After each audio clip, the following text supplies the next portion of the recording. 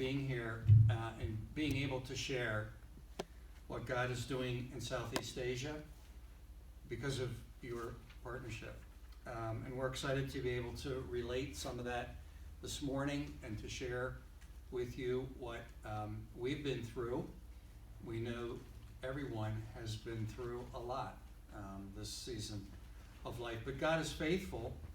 And I think this morning, I want you to think about three things: God's protection, God's provision, and prayer.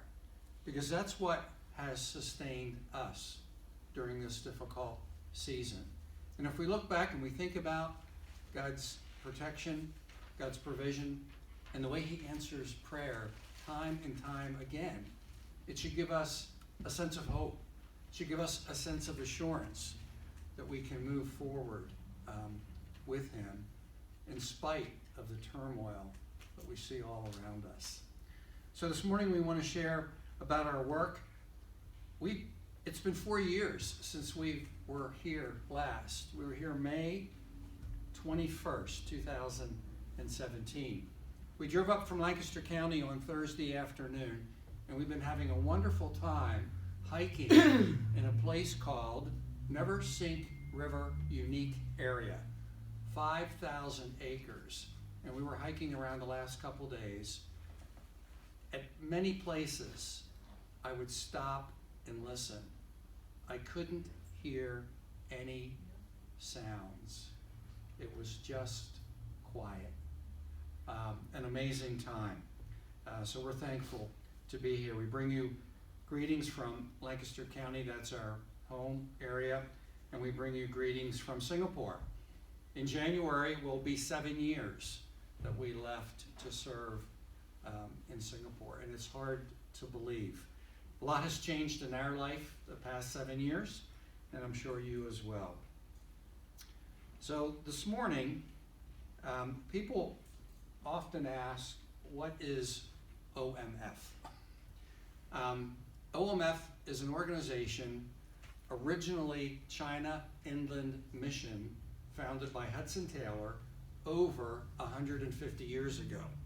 So it's morphed and changed name, and it was Hudson Taylor's desire to reach people living in inland China, hence the original name, Inland China Mission.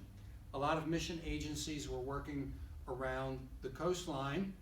Hudson Taylor wanted to go deeper into the country. That caused a great risk. That was more of a challenge. But God provided, God protected, and God answered prayer as He moved into these inland regions. And so the past 150 years, OMF, China Inland Missions, has experienced a lot of trouble, a lot of hardship. During the Boxer Revolution, OMF lost missionaries, including children that were martyred for their faith. In about end of 1940s, after World War II, the communists took over China and forced the missionaries out, forced out OMF, China Inland Missions. And there was a period of decision. Well, what do we do now? What do we disband? Do we regroup? How can we continue? That brought them to Singapore. And it was there in Singapore where they decided, we are going to continue. God has been faithful. We will trust Him to be faithful in the future. And so they reorganized, and then they started doing work in Thailand, in Malaysia, Indonesia, some of the neighboring countries, until such a time God opened the door and they could return to China.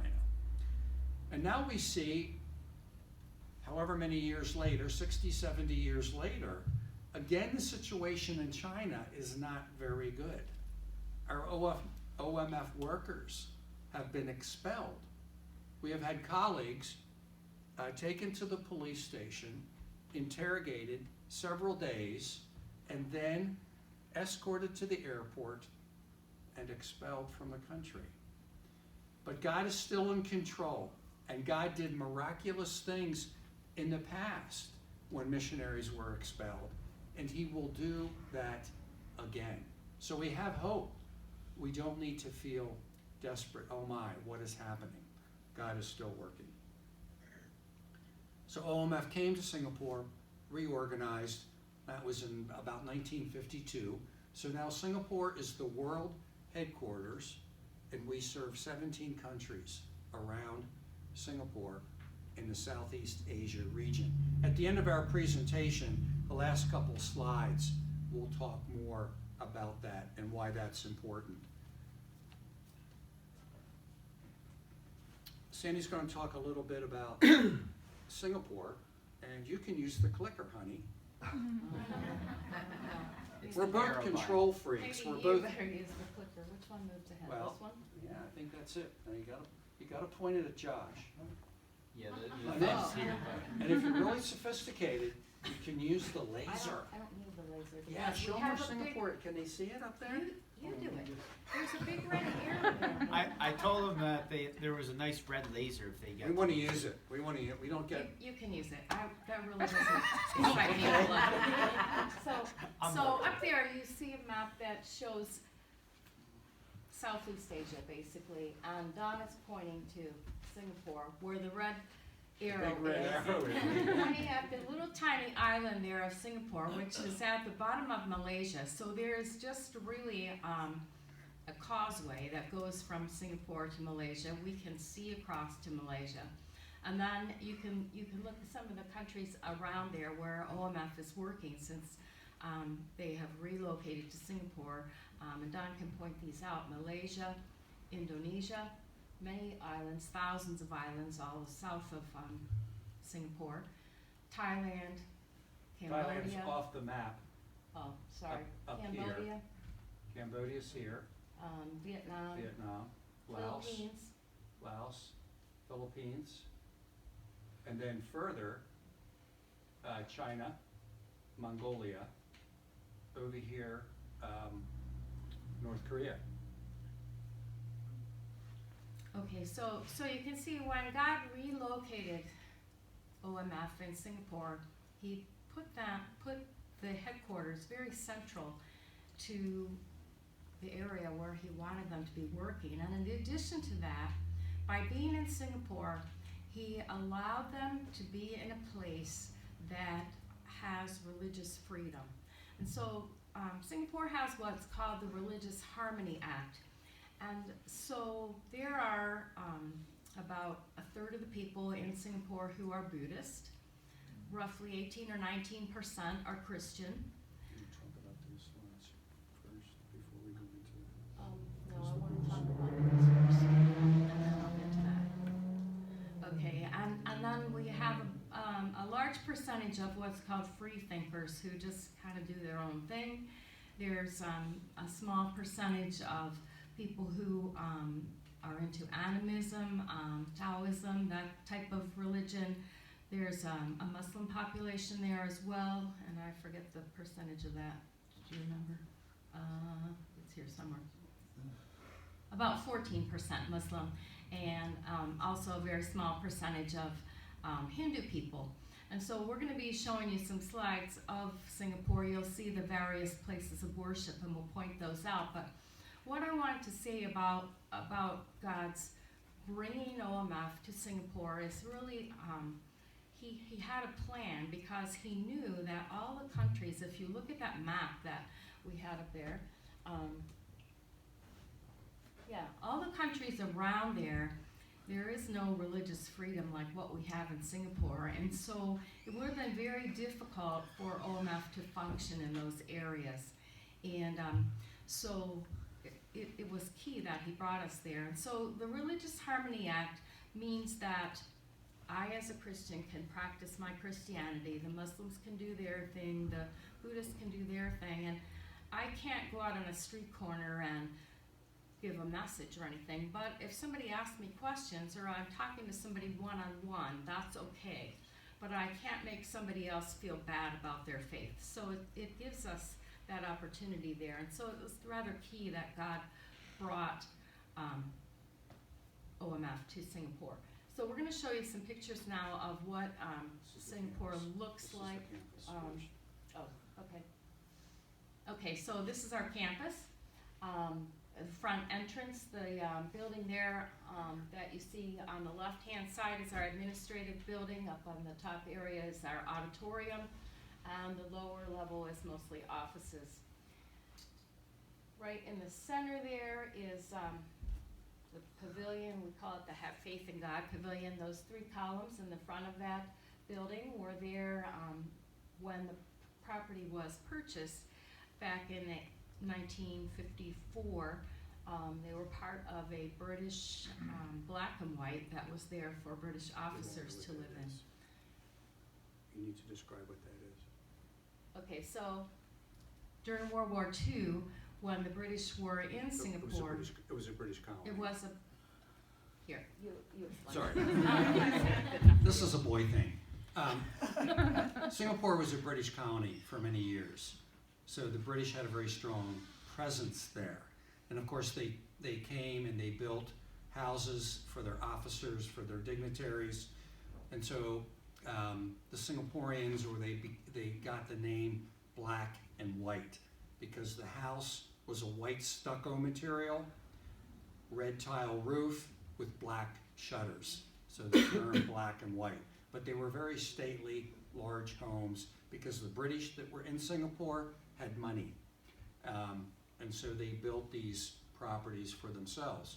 So when the missionaries from OMF were forced out of China, they bought this property with their personal savings for a sum of about 85,000 Sing dollars at that time.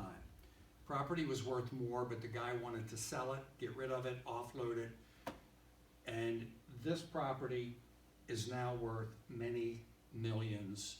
There are 14 embassies surrounding us on this campus.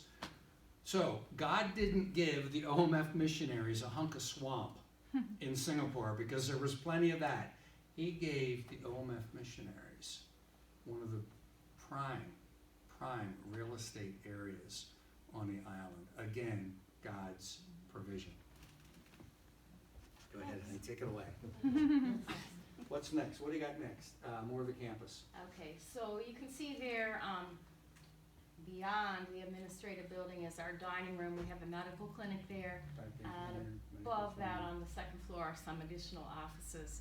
So since it is our international headquarters there, we have our finance people, our personnel office, our mobilization office. So there's a lot of people that are housed there, working there every day, or were before COVID. This is where we live. So this is a flat building. Don's pointing at our window there, our flat on the second floor. So there's 6 units there where those of us who work in Singapore, some of us live. And that would have been the video, right?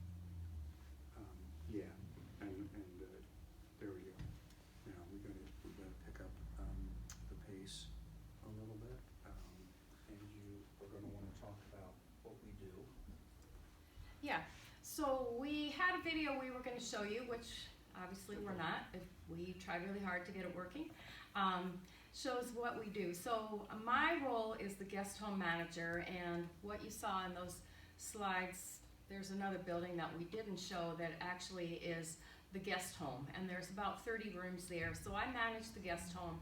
I also manage the dining room, which seats about 80 people. So prior to COVID, we were busy and there was things going on there all the time. Don's role is the facilities manager, so this 2.5-acre property, he's responsible for everything that goes on there. Needs to make sure we have air conditioning all the time and make sure the toilets are flushing and all those kind of things. Explain why air conditioning is important in Singapore. Yeah, it's hot there. It's We're- stinking hot. It's hot and humid all year round, so we're very close to the equator, so you can imagine. It's always in the 80s and usually humidity of about 80 to 90%, so it's very hot and sweaty all the time. So,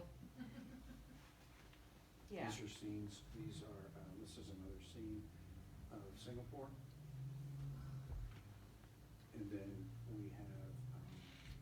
pictures, Harmony, photo of the Okay. temples. So these are some of the pictures that we don't like our partners to see. This is actually what Singapore looks like, and it looks all glamorous and wonderful, but we don't spend a lot of time in these places, but they are wonderful to be able to go to some of these places. Walking along the river there, and there's actually a park connector, what they call a park connector, where we can ride our bikes along the river in the morning when there's not a lot of people out, and a lot of restaurants and stuff in this area. It's very beautiful, and the picture before that showed the banking district, and yeah, the merlion there used to be at the top of a lot of our newsletters, kind of a lion with a mermaid type bottom and spouting water.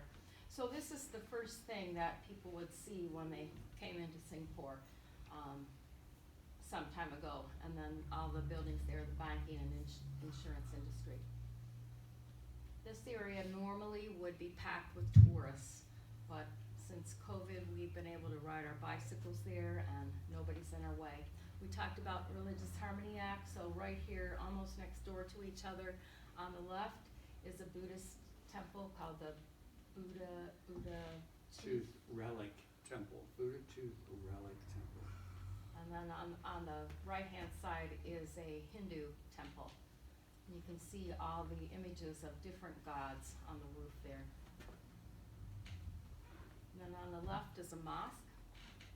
This area is called Arab Street, so a beautiful mosque that they've just refinished. And then another temple, which probably is Taoist, maybe Buddhist. We're really not sure what that one is, but it just gives you an idea of what we see walking down the streets in Singapore as these various temples right next to each other.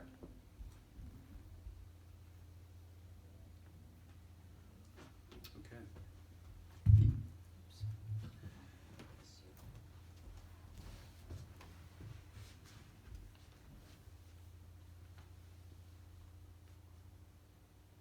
Can you, that's the other video, okay.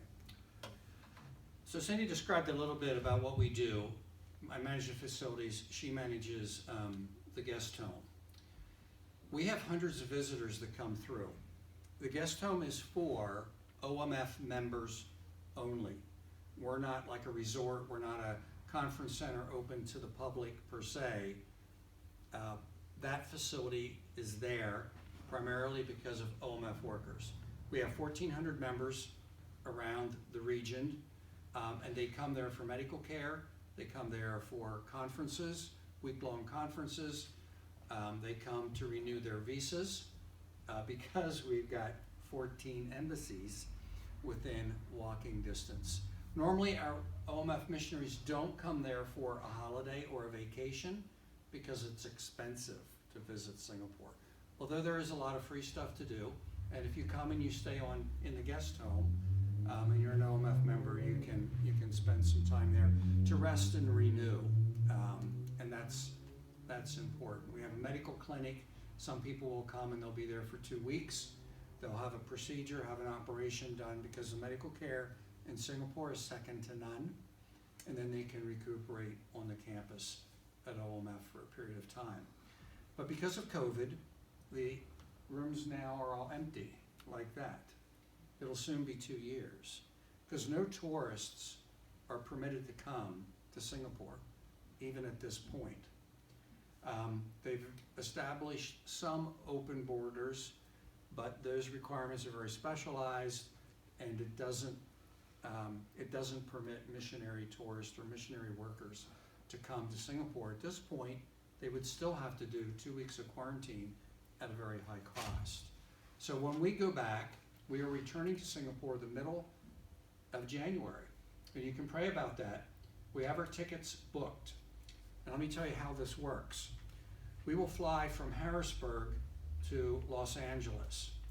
We get to Los Angeles, I will gather our 250 pounds of luggage from the domestic terminal, and I will husker it over to the international terminal, where we will board a special flight on Singapore Air, which is vaccinated people only on this flight, and we will fly from Los Angeles to Singapore direct.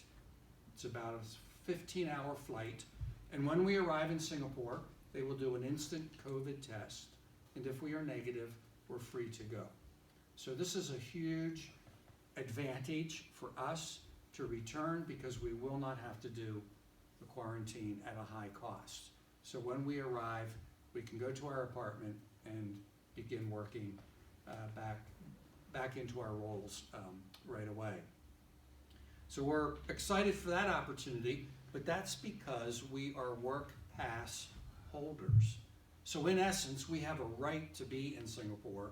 We have a reason to be there. We have a work pass. But if you don't have a work pass, then the rules are different, and it's still very difficult and costly to come to Singapore. So our conference center remains empty. Our workers, our office workers, we have 50 people that come to that facility a day, most every day, and work in different departments. Many of those folks are working from home because that's the default in Singapore right now. If you can do your job from home on your computer, that's where you do it. Don't go into your office. So we will return to an empty campus. And people are asking us, well, then why are you going back? What are you going to do? And this is what I think. I think God is calling us to go back, to set the stage and prepare for whoever is coming next. Because we will be finished with OMF and with our assignment February 2023. That's only 13 months after we return. COVID and this emptiness, the state of emptiness, is not permanent. Something else is coming.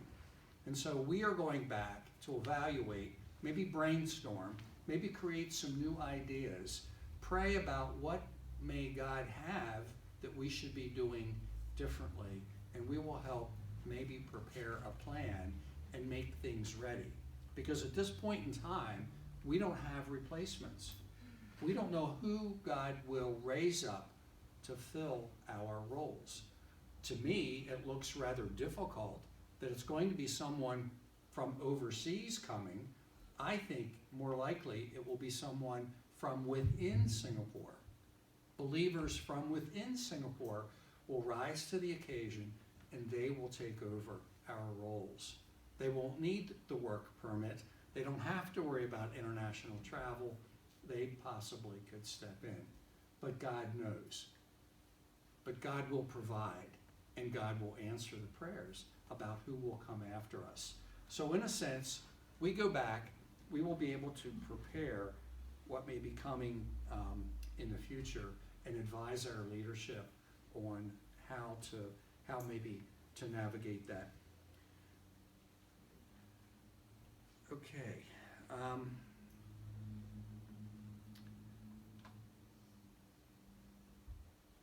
In Singapore, these are some other scenes of our campus. We have a volleyball court. I don't know if you mentioned this. 4 times a year, for about a month, we have new OMF workers come to Singapore. They stay for a month. They have a whole month of orientation at our campus. And so children comes, families come, and they're there for a month, and they get informed and oriented on the internal workings of OMF and the things that they need to know to be successful. Another thing that happens during that month-long time is they build relationships with their colleagues that have come from all different parts of the world, because OMF is an international agency. So we're getting workers, we're getting missionary candidates from all over the world.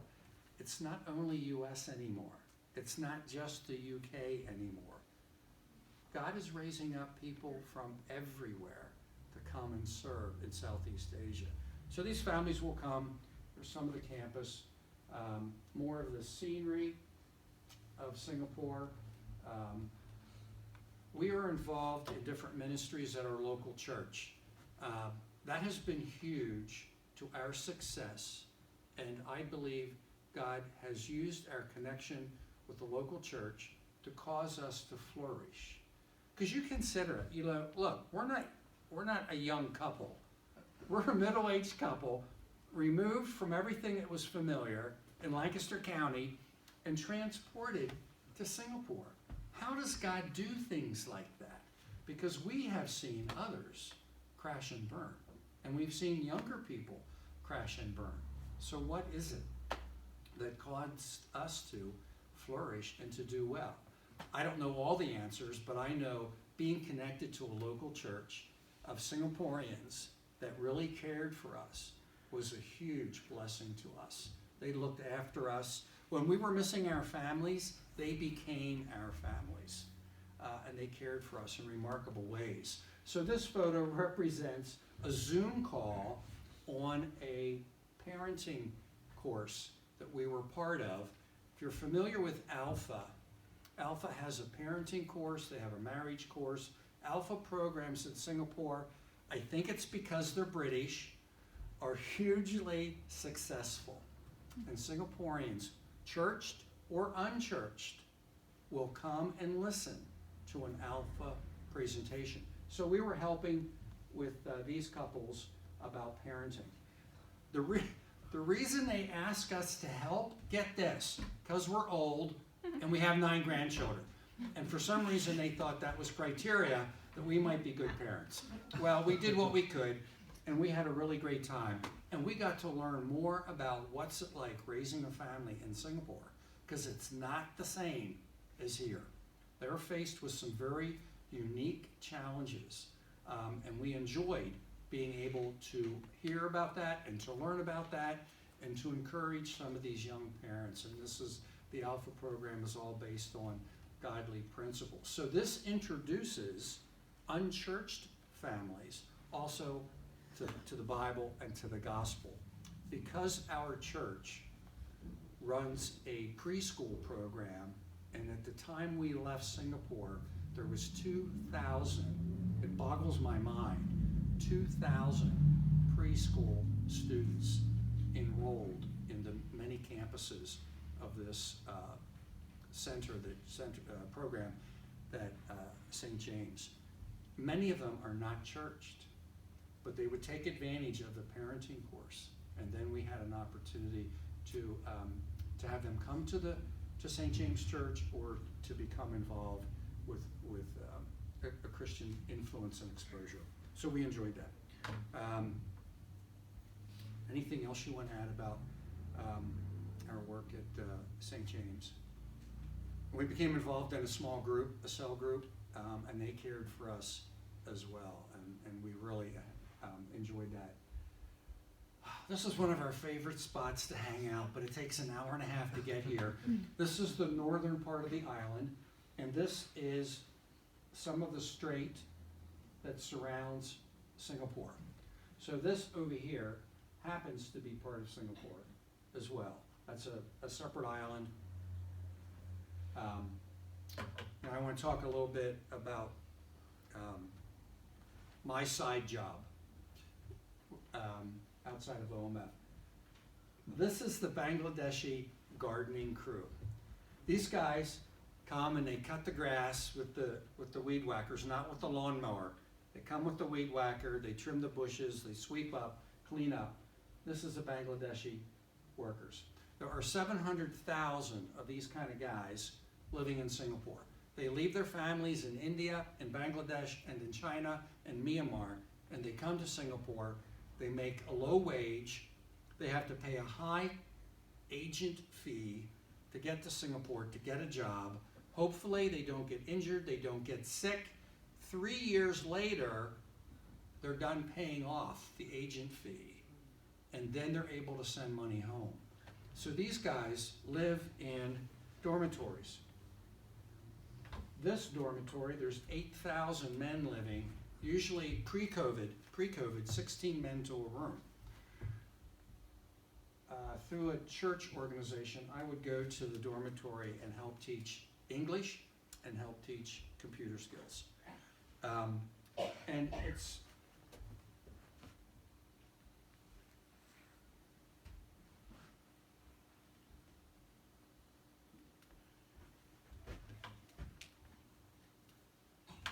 so here we are in a computer class, And you can see the only white arm in the group. Whoops.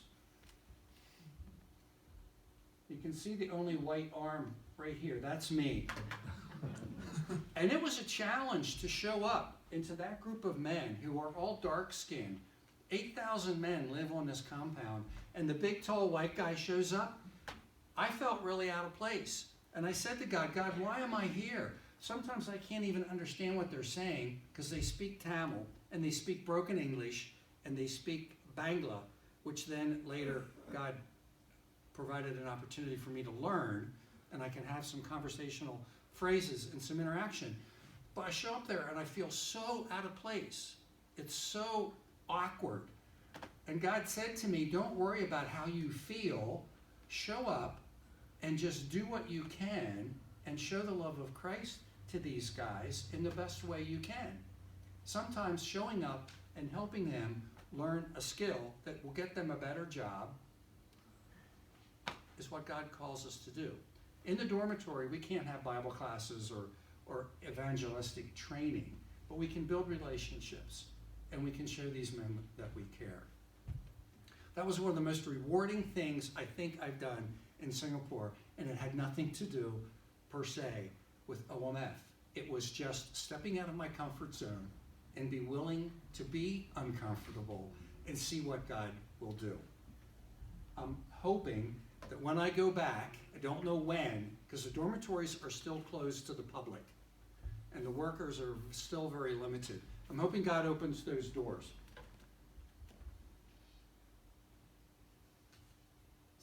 So this is the group of some of the group of the guys that I minister with at the dormitory, and the majority of them are not Singaporean. They are from India. They've come to Singapore for jobs, but while they're here working jobs, they're also ministering to these foreign workers. So they see the need, they see the importance of reaching out and helping this class of men that much of society is just sort of ignored. It's been a pleasure to partner with them. Okay, would you like to talk about the 50-50 porthole? That's next.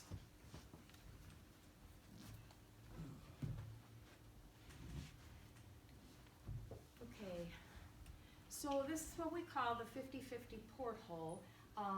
If you'll just hit next, it will show you what area of the world we're exactly talking about.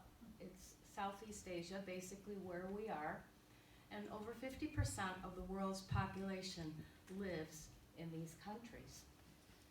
And of those people, I better wait, you need to catch up.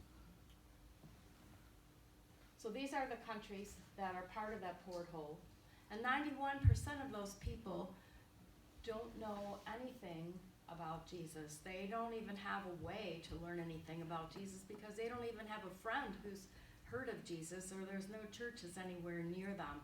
So it's a very spiritually impoverished area. And these are the countries where OMF works, except for Bangladesh, India, no? Well, things are changing because of the way God is moving people around. Yes, so We don't work directly in the country of Bangladesh and India, but we work with those people groups because of the way God has moved them into other areas. Yeah, so basically all of those countries, we have some type of ministry in them. The rest of the countries more so maybe than those three up in the top left.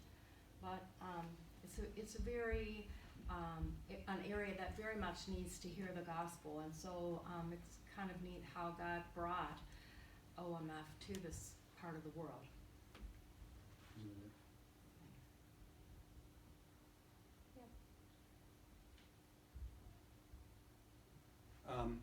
These are a couple more pictures that we have here. This is the last one. Since Talk about yeah. what this is. Yeah, I will. So we mentioned the strait. So looking across there is actually Malaysia. This is Malaysia. You can see how close it is to Singapore. And this is a nature preserve where we are, where this photo was taken from, but there's a causeway that goes across, and cars prior to COVID, thousands of people came across every day from Malaysia to work in Singapore. Now they are not allowed to come, and so there's probably a lot of people in Malaysia who don't have a lot to live on right now. Yeah. We'll go to our, you know, go to the next one. These are our, what? Oh, I just incorporated that in. Okay, because we are out of time.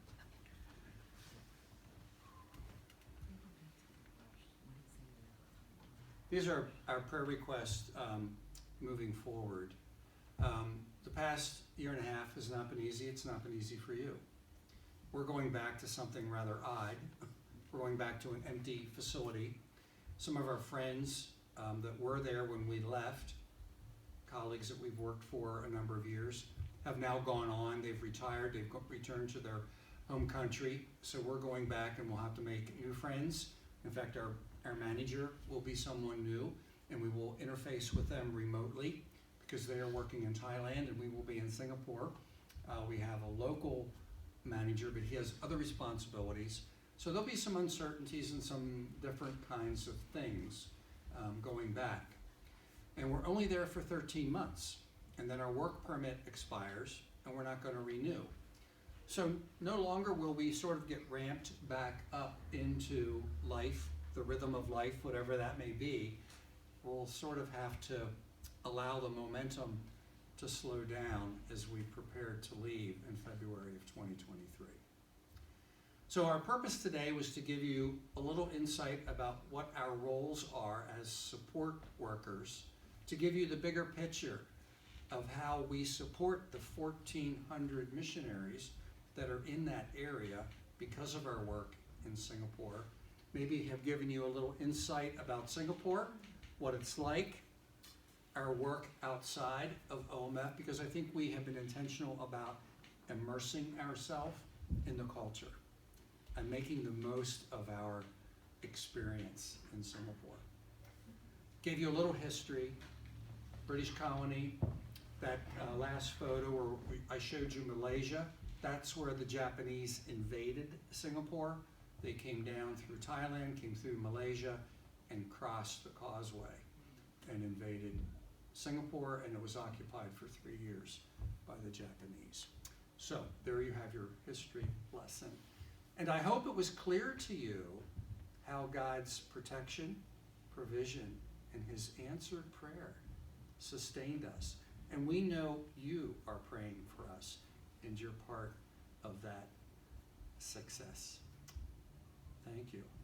Do you have questions this morning? Yes, sir. I see Korea up on your list there. Yeah. Has there been a lot of changes in that area for as far as your organization?